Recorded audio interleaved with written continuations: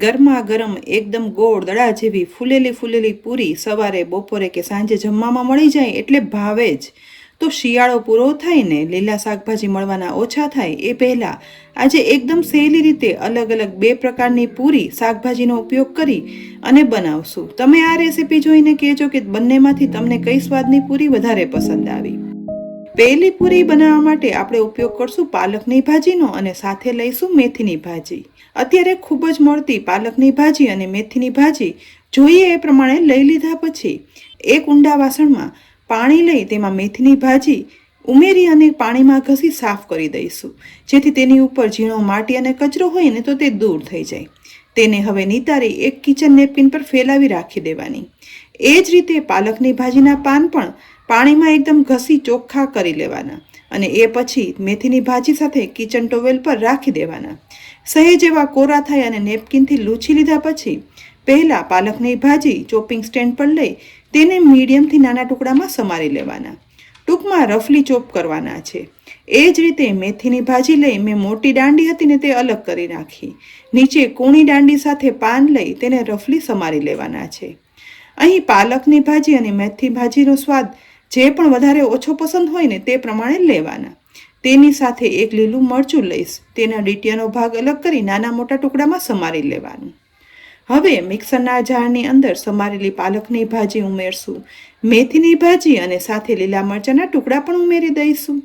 એ પછી બધું પીસી શકાય ને એટલું જ માત્ર અડધો કપ જેટલું પાણી ઉમેરી દેવાની અને જારનું ઢાંકણ ઢાંકી બધું પીસી લેવાનું છે. પીસ્યા પછી એકદમ સરસ સ્મૂધ પાલક અને મેથી મરચાંની પેસ્ટ બની તૈયાર થઈ ગઈ છે. તો હવે લોટ બાંધવા માટે કથરોટ લઈ તેની અંદર સૌથી પહેલા 1 કપ ઘઉંનો લોટ, તેમાં 1/3 કપ રવો ઉમેરી દઈશું. રવો ઉમેરવાથી પૂરી ફરસી અને તેલ ભરાયા વગરની એકદમ ક્રિસ્પી બને છે. તેની સાથે સ્વાદ વધારવા 1 ટેબલ સ્પૂન બેસન પણ ઉમેરી દેવાનું. હવે મસાલામાં 1/8 ટીસ્પૂન હળદર પાવડર, 1/4 ટીસ્પૂન ધાણા જીરું પાવડર, 1/8 ટીસ્પૂન હિંગ, અડધી ટીસ્પૂન મીઠું અને થોડું એવું લગભગ 1 ટીસ્પૂન જેટલું તેલ ઉમેરી દઈ હાથ વડે બધું મિક્સ કરી લેવાનું છે, જેથી ઉમેરેલા મસાલા, તેલ, લોટ બધું સરસ મિક્સ થઈ જાય. એ પછી બનાવેલી મેથી મરચાં અને પાલકની પેસ્ટ છે ને તે ઉમેરતા જઈ પૂરી માટેનો લોટ બાંધી અને તૈયાર કરવાનો છે. અહીં આપણે અલગથી પાણીનો ઉપયોગ કરવાની કંઈ જરૂર નહીં પડે. બસ આ પેસ્ટથી જ આપણે લોટ બાંધી અને તૈયાર કરવાનો. અહીં જુઓ, મેં ધીમે ધીમે કરી બધી પેસ્ટ છે ને તે ઉમેરી દીધી અને બધું મિક્સ કરતા વધારે પાણી ઉમેરવાની જરૂર પણ નહીં પડે અને બંધાયેલો એકદમ સરસ આ ગ્રીન લોટ છે ને તેને હવે ઉપરથી સહેજ તેલ ઉમેરી લોટને મસળી લેવાનો છે. અહીં નોર્મલ પૂરીનો જે આપણે કડક લોટ બાંધીએ ને બસ એવો જ કડક લોટ બાંધ્યો છે અને કલર જોતા પણ તમને ખ્યાલ આવશે કે નેચરલ પાલક મેથીના સ્વાદ સાથે લોટનો કેટલો સરસ ગ્રીન કલર આવ્યો છે. લોટને ઢાંકણ ઢાંકી 10 મિનિટ માટે કૂણવવા રાખી દઈશું. એ પછી કૂણવાયેલા આ લોટને હાથ વડે મસળી લેવાનો અને નોર્મલ પૂરીથી કઠણ આ લોટ જે બાંધ્યો હતો ને તે લોટને પાટલી પર લઈ રોલ વાળી લેવાનો અને એ પછી આ રોલમાંથી એક સરખા ચપ્પુ વડે જેવડી નાની કે મોટી પૂરી બનાવી હોય ને એ પ્રમાણે લુવા કટ કરી લેવાના. પૂરી નોર્મલી બાળકો મેથી કે પાલક ખાવાની ના પાડતા હોય ને તો આ પૂરી બનાવીને આપશો ને તો તે લોકોને સ્વાદમાં ખ્યાલ પણ નહીં આવે કે આ પૂરીમાં મેથી પાલક ઉમેરેલા છે અને એકદમ સરસ ગ્રીન કલર જોઈ અને ખાવા પણ માગશે અને મેથી પાલકના ગુણો પણ મળશે. બનાવેલા લુવામાંથી એક લુવો લઈ ગોળ વાળી લઈશું. હવે પાટલી પર રાખી જરૂર પડે તો તેલ લગાવવાનું, નહીંતર નોર્મલ પૂરીની જેમ જ વણી અને પૂરી તૈયાર કરી લેવાની.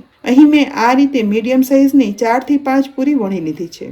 બીજી સાઈડ ગેસની મીડિયમ ટુ હાઈ ફ્લેમ પર ગરમ થયેલા તેલમાં પૂરી ઉમેરી દેવાની. તેલમાં ઉમેરતા ધીમે ધીમે કરી તળાઈ પૂરી ઉપર આવે ને એટલે ઉપરથી સહેજ પ્રેસ કરતા જ એકદમ સરસ ફૂલવા લાગશે અને ગોળ દડા જેવી બનેલી આ પૂરીની સાઈડ ચેન્જ કરતા જઈ અને ગોલ્ડન બ્રાઉન તળી લેવાની છે. બસ પૂરી પરફેક્ટ તળાઈને એટલે તેલમાંથી નિતારી અને બહાર કાઢી લઈશું. ગરમા ગરમ આ મેથી પાલકની ગ્રીન પૂરી આજે મેં સવારમાં બનાવીને એટલે ચા સાથે પીરસી છે અને સ્વાદમાં તો આ એટલી સરસ બને છે ને કે તેની સાથે બીજું કંઈ પીરસવાની પણ જરૂર નહીં પડે અને બાળકો તો શું મોટા બધાને ભાવશે જ. એટલી સ્વાદમાં આ પૂરી સરસ બને છે. હવે આ પૂરીથી અલગ બીજી રીતની પૂરી બનાવવા માટે અહીં મિક્સરના જારની અંદર ફોલેલા અત્યારે ખૂબ જ મળતા લીલા વટાણા લઈશ, જે અડધો કપ લીધા છે. તેની સાથે ઉમેરીશ અત્યારે ખૂબ મળતી લીલી તુવેર, તે પણ અડધો કપ લીધેલા છે. સાથે જ 1/4 કપ જેટલું લીલું લસણ ઉમેરવાનું છે. લીલું લસણ ના હોય ને તો સૂકું લસણ પણ ઉમેરી શકાય. સ્વાદ પ્રમાણે તીખા લીલા મરચાં અને ચોપ કરેલું આદું ઉમેરવાનું. સાથે અડધી ટીસ્પૂન જીરું ઉમેરશું અને બધું પીસાઈ જાય ને એટલું એટલે કે 1/4 કપ જેટલું પાણી ઉમેરી દેવાનું. ઝાડનું ઢાંકણ ઢાંકી એકદમ સરસ બધું પીસી અને વટાણા તુવેરનું એકદમ થીક પલ્પ જેવું મિશ્રણ બની અને તૈયાર કરવાનું. જો એવું જ મિશ્રણ બની અને તૈયાર થયું છે, હવે આ મિશ્રણને એક પોળા વાસણમાં કાઢી લેવાનું છે. એ પછી તેની અંદર 1 ટેબલસ્પૂન રવો ઉમેરશું, 1 ટેબલસ્પૂન બેસન ઉમેરી દેવાનું. એ પછી પહેલા અડધો કપ ઘઉંનો લોટ ઉમેરશું. તેની સાથે જ મસાલામાં અડધી ટીસ્પૂન મીઠું, 1/8 ટીસ્પૂન હળદર પાવડર, 1/4 ટીસ્પૂન ધાણા જીરું પાવડર, 1/8 ટીસ્પૂન હિંગ અને 1 ટીસ્પૂન તેલ ઉમેરી દેવાનું. બધું હાથ વડે મિક્સ કરતા જઈને આપણે એકદમ કઠણ લોટ બાંધીને તૈયાર કરી લેવાનું છે. વટાણા અને તુવેરનું સ્ટફિંગ ના કરતા અહીં આપણે ડાયરેક્ટ લોટમાં જ બધું ઉમેરી દીધું છે, જેથી સવારમાં ટાઈમ ન હોય ને તો અલગ અલગ સ્ટફિંગ કરવાની, લોટ બાંધવાની કે સ્ટફિંગ ફિલ કરવાની જરૂર ના પડે. અહીં બધું મિક્સ કરતા મને હજી લોટ થોડો એવો ઓછો લાગે છે, એટલે કે આ લોટ ઢીલો લાગે છે, એટલે વધારે અડધો કપ જેટલો ઘઉંનો લોટ ઉપરથી ઉમેરી દઈશ. અને એ પછી બધું મિક્સ કરતા જઈ એકદમ કઠણ પૂરીનો લોટ બાંધીએ ને બસ એવો જ લોટ તૈયાર કરી લેવાનો. જુઓ, અહીં અલગથી પાણી નથી ઉમેર્યું, ફક્ત લીલા વટાણા અને તુવેરનો પલ્પ હતો ને તેમાં જ લોટ ઉમેરતા જઈ કઠણ પૂરીનો લોટ બંધાઈ અને તૈયાર થઈ ગયો છે. અને ઢાંકણ ઢાંકી 10 મિનિટ માટે કૂણવા દેવાનું. એ પછી આ કૂણવેલા લોટને રોલ બનાવી અને તૈયાર કરી લેવાનો અને જે સાઈઝની પૂરી જોઈએ ને એ પ્રમાણે લોટમાંથી લુવા કટ કરી લેવાના. કટ કરેલા લુવાને ગોળ વાળી તેની પૂરી વણવાની શરૂઆત કરવાનું. લોટની અંદર વટાણા અને તુવેર બધું ઉમેરેલું હોવા છતાં પણ આ પૂરી વણવામાં જરા પણ તકલીફ નહીં થાય, કારણ કે આપણે પેસ્ટ છે ને એ પલ્પ જેવી બનાવી છે. બસ જે સાઈઝની જોઈતી હોય ને એ સાઈઝની પૂરી વણી અને તૈયાર કરી લેવાની. મેં એકસાથે 4 થી 5 પૂરી વણી અને તૈયાર કરી લીધી છે. બીજી સાઈડ એકદમ હાઈ ફ્લેમ પર ગરમ થયેલા તેલની અંદર આ વણેલી વટાણા અને તુવેરની પૂરી છે ને તે ઉમેરી દઈશું. તેલમાં તળાઈ અને પૂરી ઉપર આવે ને એટલે ઉપરથી સહેજ પ્રેસ કરતા એકદમ સરસ ફૂલી અને દડા જેવી આ પૂરી બની અને તૈયાર થઈ છે. અને કલરમાં પણ એકદમ સરસ ગ્રીન છે. વટાણા તુવેર કંઈ પણ અલગ ના ખાવું હોય અને છતાં પણ તેનો સ્વાદ જોઈતો હોય ને તો આ રીતે મસ્ત મજાની પેસ્ટ બનાવી અને પૂરી બનાવી લો ને તો એક જ પૂરીની અંદર બધાનો સ્વાદ આવી જશે અને સ્વાદમાં પણ એટલી સરસ બને છે. ગરમા ગરમ તળાયેલી આ પૂરીને હવે તેલમાંથી નિતારી અને પીરસી પણ લઈશું. જુઓ, 5 થી 6 પૂરી મેં બનાવી અને તૈયાર કરી લીધી છે. બસ આ પૂરી તમે ચા સાથે ખાઓ, દહીં સાથે ખાઓ કે અથાણા સાથે, કોઈ પણ સાથે ખાવાની મજા આવશે. ગરમા ગરમ તો શું, ઠંડી પણ આ પૂરી ખાવાની એટલી મજા આવે છે.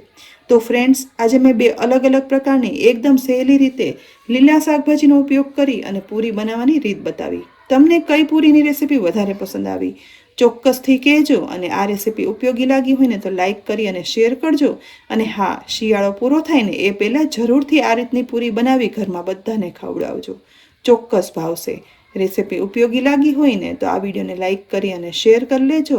સાથે જ અમારી યુટ્યુબ ચેનલ સબસ્ક્રાઈબ કરી અમારા ફેસબુક પેજને લાઈક કરી અને ફોલો કરી લેજો, જેથી આવી અનેક ઉપયોગી રેસીપીના અપડેટ્સ તમને તુરંત જ મળે. આવતીકાલે ફરી મળશું એક નવી રેસીપી સાથે. ત્યાં સુધી આવજો.